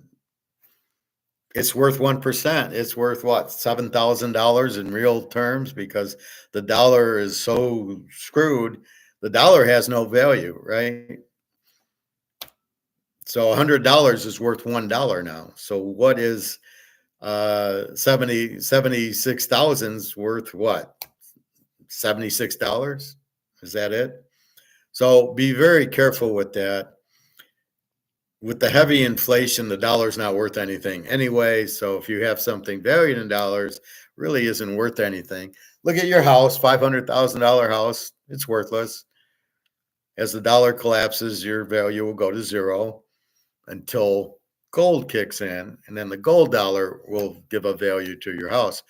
A gold dollar ain't going to do a shit for Bitcoin. So why be in, like I said, I'd rather be in a Mantle card or the Jordan rookie, the Montana rookie than Bitcoin. At least it's something solid. So Bitcoin could go to $1 million. I doubt it. It'll probably go to zero first, but it could. But there's huge. Why does it go up 3,000 one day and down 3,000 the next? Oh, it's manipulated by Larry Fink and BlackRock. Oh, yeah, it's a derivative, isn't it? Yeah, okay. When we see what that does to gold and silver. So again, if Trump takes us off the dollar and goes into Bitcoin, it'll be worthless. Don't get fooled, please. Don't get made off. I hate seeing these people. Well, I get 15% a month on Madoff. I don't know what he's doing, but you know what? It's like magic. I don't know how he does it, but you know what? I keep getting 15% every month. So I don't care where he gets it. Oh, wait, but when he gets arrested for fraud and I lose all my money, and if I made any money, I got to give it back. Yeah, maybe I care at that point. Why don't I take care of myself and buy gold? Just a thought, right? It's very simple. I exchange useless dollars for real gold that I can put in my hand, put in my safe, not in the bank, not in the safety deposit box. It's not that difficult, everybody. Just get out of the fucking dollar and don't think Bitcoin is worth anything. Yeah, it can say 76,000, but we're made off like $60 billion or something. Wasn't his fund worth that? So how did that turn out? How did the one coin turn out? Don't get fooled into a big number thinking it's got an actual value. How does it have an actual value? Okay, so you're got a Bitcoin, it's worth 76. Try to sell it. All right, you're going to get 76,000 in some fake account. What do you download it into your bank? Okay, try to get it out of your bank. We don't have 76,000 to give you. Oh, and by the way, the 76,000 doesn't have a value. It's only worth 1%. So it's worth 7,600. This is your problem. You've got the Bitcoin. Okay, it's $100,000. The dollar collapses. What do? I want to get it. Okay. How would you do it? Transfer it to your bank? Bank can't give you any money. It's worthless. Now, do you understand? It's worth 100 grand, but how do I get the money? Oh, you've got to transfer it into the bank. You transfer it. They don't have 100 grand to give you, or they're bailed in. You're fucked. So you got something that's fake, that's worth 100 grand, but you can't get the 100 grand. And by the way, the 100 grand isn't worth anything. And by the way, Bitcoin without the money isn't worth anything because there is no such thing as a Bitcoin. It's a fucking piece of computer. It's digital. It doesn't have a value. Is my Excel spreadsheet with my football on it have a value? No, it's a spreadsheet. So even if it does go to 100,000, how do you get the money? You transfer it, and where? I don't know how. I don't like Bitcoin. I never got involved with it. Do you transfer it to your bank? How do you get the money, right? How do you get the 100 grand? I assume you go to put it into your bank account like I would in PayPal. So if somebody buys my football and I get $1,000, I transfer it to the bank. And then I can go to the bank and take the money and go buy gold, or I can leave the money in and go pay bills, pay my rent. But it goes from PayPal to the banks. So if you're in Bitcoin, I assume you have a bank account. It goes into the bank. How you get it out? You're fucked. So, okay, how do I sell my Montana rookie for 110 grand? Well, I go on eBay and I sell it and I get cash. It's got to go to the bank. I'm in the same situation, right? So maybe I don't sell it or maybe I do. How do I get my 100 grand out? We're all in the same boat because the bank ain't going to be there much longer. So that's why we got gold. We don't care about the bank. The gold will have its value. There'll be a new currency and we trade the gold in for the new currency. So you trade the Bitcoin in for the new currency. But if it's backed by gold, the $75,000 Bitcoin's worth about maybe $3,000 in gold. That's all it'll be worth because this is heavily inflated money. So you're really fucking around with heavily printed money and trying to get a value out of it.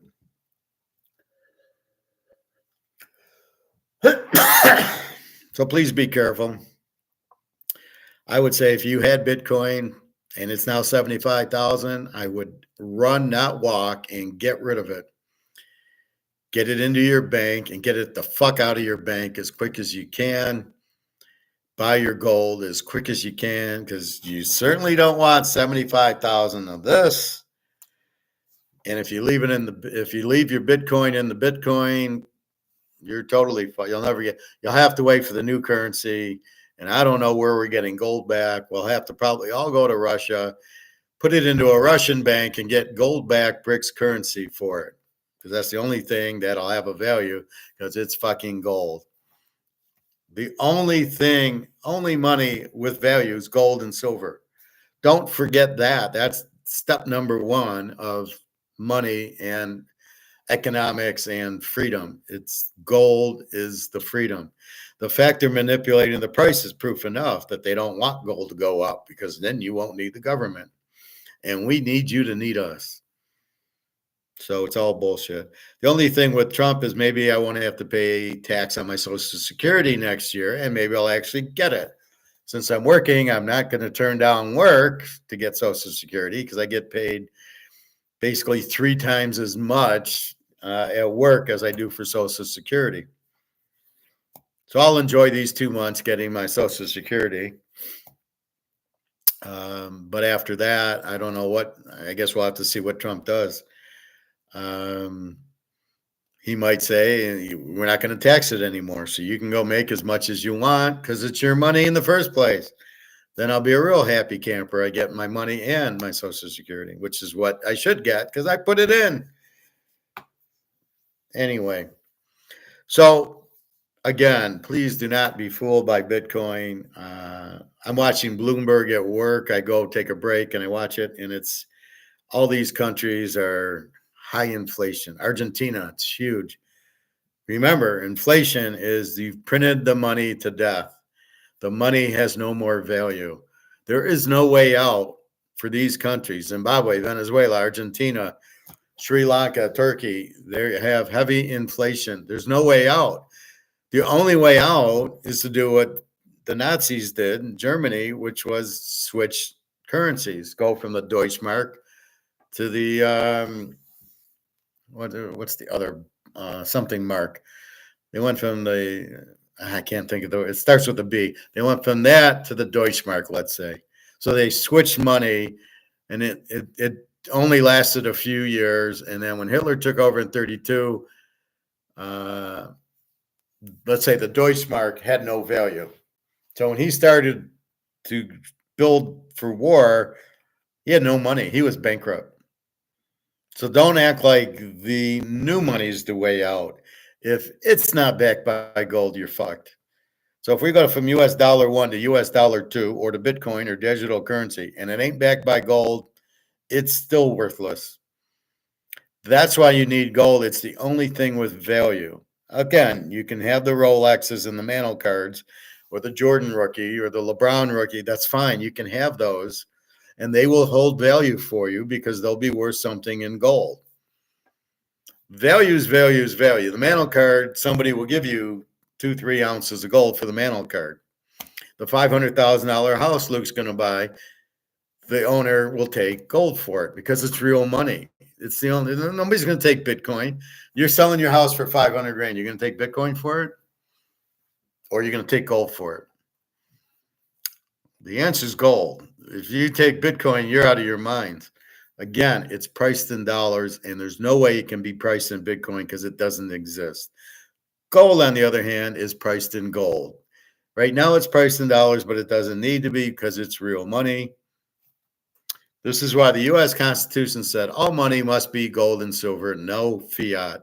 And there should not be a central bank. And you've seen what the central bank has done. It's ruined the fucking country. World War I, it caused. World War II, it caused. Vietnam, it caused.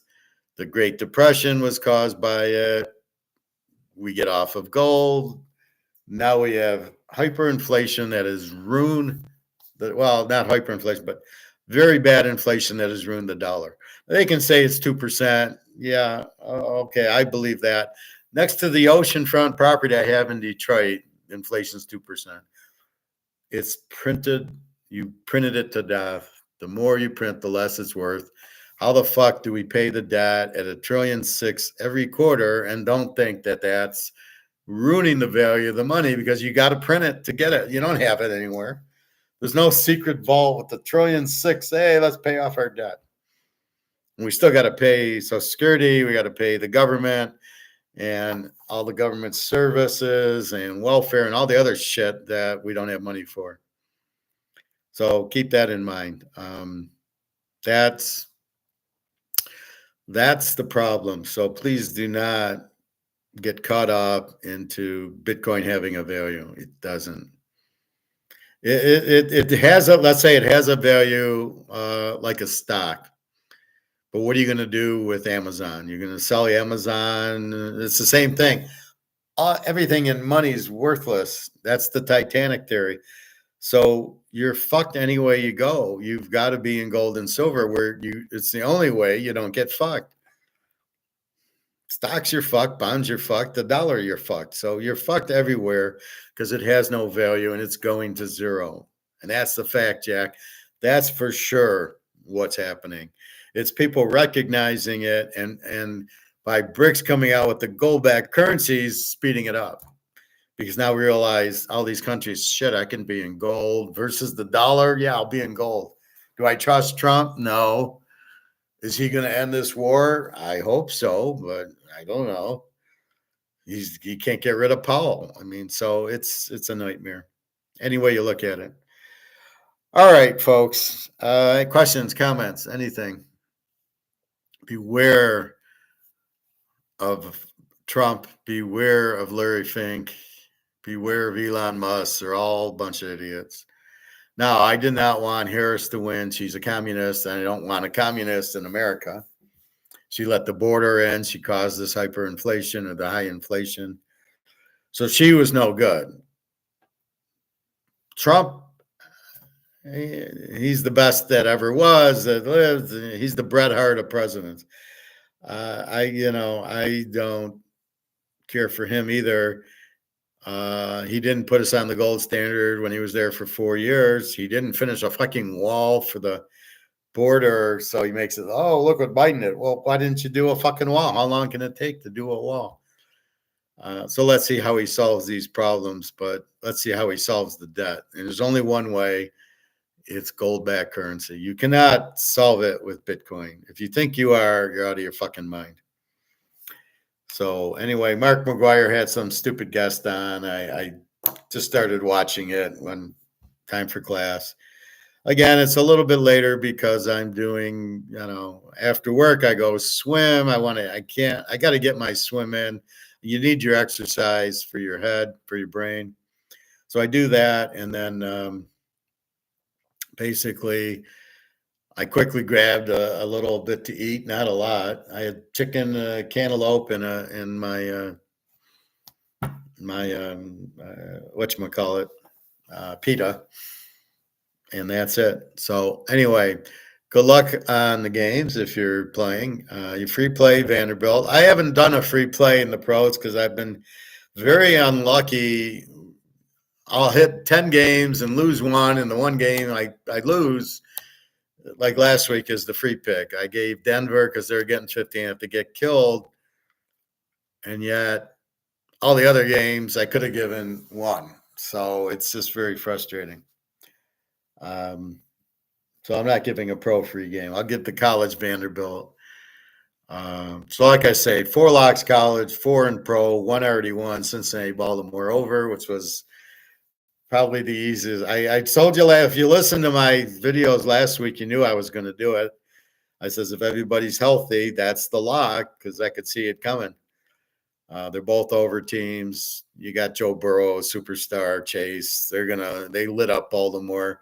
But Lamar's going to like Cincinnati because they don't have a good defense. So this is why we learn the teams.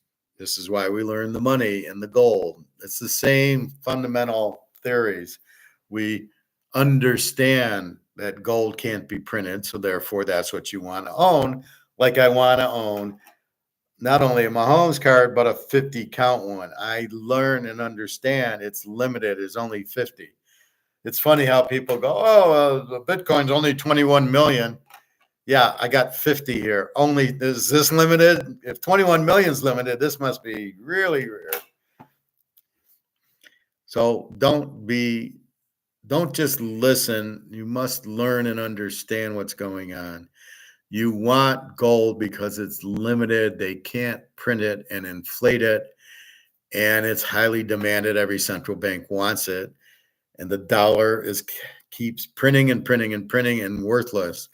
Now, people might think I got $1 million.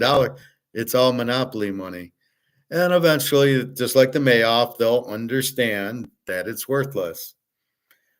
People in Madoff did not understand it was a Ponzi scheme, maybe, but they probably did, because most people are smart enough to know I'm not going to go 10-0 in pro football every week. I went 10-0. I went 11-1. Last week I was 8-4, but I'm not going to, that was my bad week, 8-4, by the way. But I'm not going to go 10-0 every week. Well, yet Madoff went 10-0 every week. And if you can't understand that, wait, something's going on, I keep getting 15% every month. If you can't understand that's bullshit, then you got bigger problems. So keep that in mind. Bitcoin is not worth anything. Okay. Yeah, it's 75,000. Just like Amazon stocks or Microsoft, they're way overvalued. When the market collapses, you're going to say, wait a minute, it's worth $300 a share. The stock market is the biggest joke. I keep looking at these stupid companies and they're worth $120 a share. And I'm like, they don't even make earnings. These companies are not profitable. Why is the stock so high when the company hasn't made a profit? I heard Ford's fucked because of the electric cars and no bonuses going there. You want Ford stock? GM, the same. The ladies screaming at GM, oh, look how much money we made. It's all subsidies. It's all bullshit. The electric cars can't be sold because there's no demand. So anyway, please be very careful in Bitcoin. I get it. People make money on it, just like Amazon. It's the same thing as Amazon and Apple and Bitcoin. It's all the same. They're all stocks that are manipulated and have a value that's not real. Just understand that. It is not money. It's the same money as Apple's money and Amazon's money, Microsoft's money, Bitcoin's money. It isn't.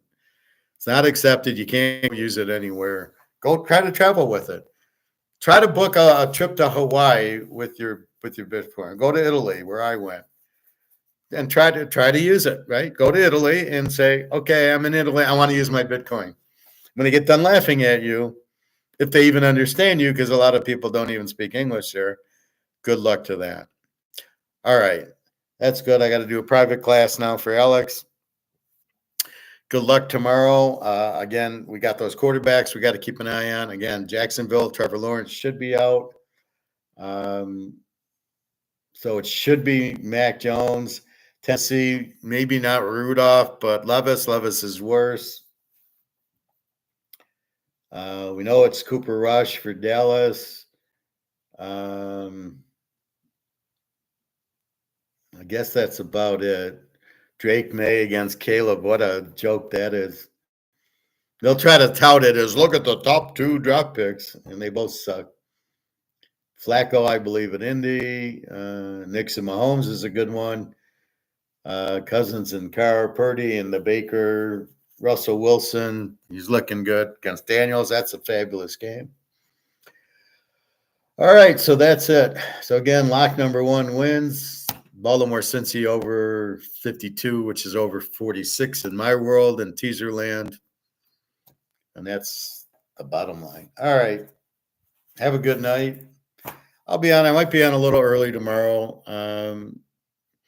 Have a meeting to go to, so I might do 9:30 to 10:30 or so, and then go. And then I got to go swimming. So anyway, that's tomorrow. So I'll be on 9:30, 10ish. Really, we're just going to look at the lines and the injuries. The picks are posted. www.teaserking.com. You can pay for the class to get the picks. 25 college, 25 pro, 50 for both, or just do the 300 for the month. A lot of people do that. Whatever you want to do.